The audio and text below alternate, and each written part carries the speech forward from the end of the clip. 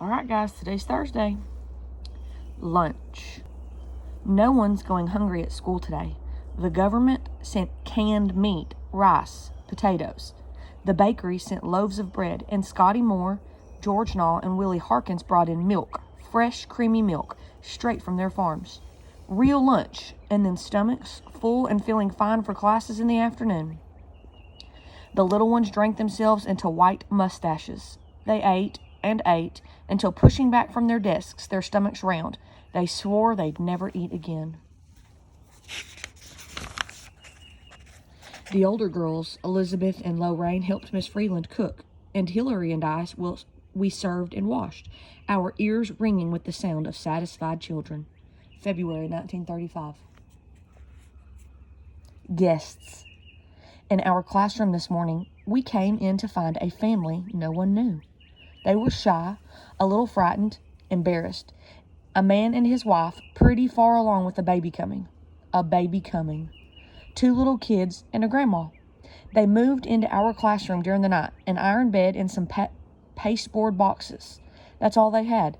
They'd cleaned the room first and arranged it, making a private place for themselves. "I'm on the look for a job," the man said. "The dust blew so mean last night, I thought to shelter my family here a while." The 2 little kids turned their big eyes from Miss Freeland back to their father. "I can't have my wife sleeping in the cold truck, not now, not with the baby coming so soon." Miss Freeland said they could stay as long as they wanted. February 1935. Think about that. Think about coming into your school. Go away, dog. Sorry, I'm reading on the porch. Think about going into your school and finding a family that has moved in to your house. To your school. Crazy. All right, this one's called Family School. Every day we bring fixins for soup and put a big pot on to simmer. We share it at lunch with our guests, the family of migrants who have moved out from dust and depression and moved into our classroom. We are careful to take only so much to eat, making sure there's enough soup left in the pot for their supper. Some of us bring in toys and clothes for the children. I found a few things of my brother's and brought them to school. Little feed sack nighties, so small, so full of hope. Franklin never wore a one of the nighties Ma made him, except the one we buried him in. The man, Buddy Williams, helps out around the school, fixing windows and doors and the bad spot on the steps. Cleaning up the schoolyard so it never looked so good. The grandma takes care of the children, bringing them out when the dust isn't blowing, letting them chase tumbleweeds across the field behind the school. But when the dust blows, the family sits in their little apartment inside our classroom, studying Miss Freeland's lessons, right alongside us. February 1935. Birth. One morning when I arrive at school, Miss Freeland says to keep the kids out, that the baby is coming, and no one can enter the building until the birthing is done. I think about Ma and how that birth went.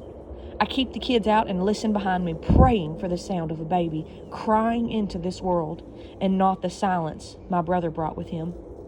And then the cry comes, and I have to go away for a little while and just walk off the feelings. Miss Freeland rings the bell to call us in, but I'm not ready to come back yet. When I do come, I study how fine that baby girl is, how perfect, and that she is wearing a feed sack nightgown that was my brother's. February 1935. Time to go. They left a couple weeks after the baby came, all of them crammed inside that rusty old truck. I ran half a mile in their dust to catch them. I didn't want to let that baby go.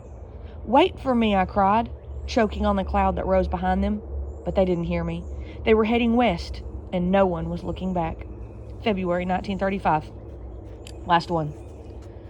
Something sweet from moonshine.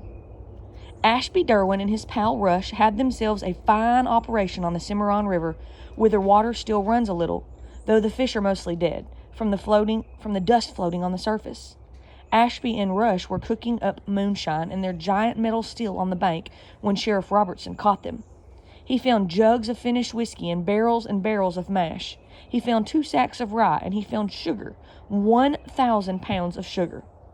The government men took Ashby and Rush off to Enid for breaking the law, but Sheriff Robertson stayed behind, took apart the steel, washed away the whiskey and the mash, and thought about that sugar. All that sugar, 1/2 ton of sugar. Sheriff decided some should find its way. How much is 1/2 ton? Email me the answer. into the mouths of us kids. Bake for them. Miss Freeland, he said, bake them cakes and cookies and pies. Cook them custard and cobbler and crisp. Make them candy and taffy and apple pandowdy. Apple pandowdy? These kids, Sheriff Robertson said, ought to have something sweet to wash down their dusty milk. And so we did. February 1935.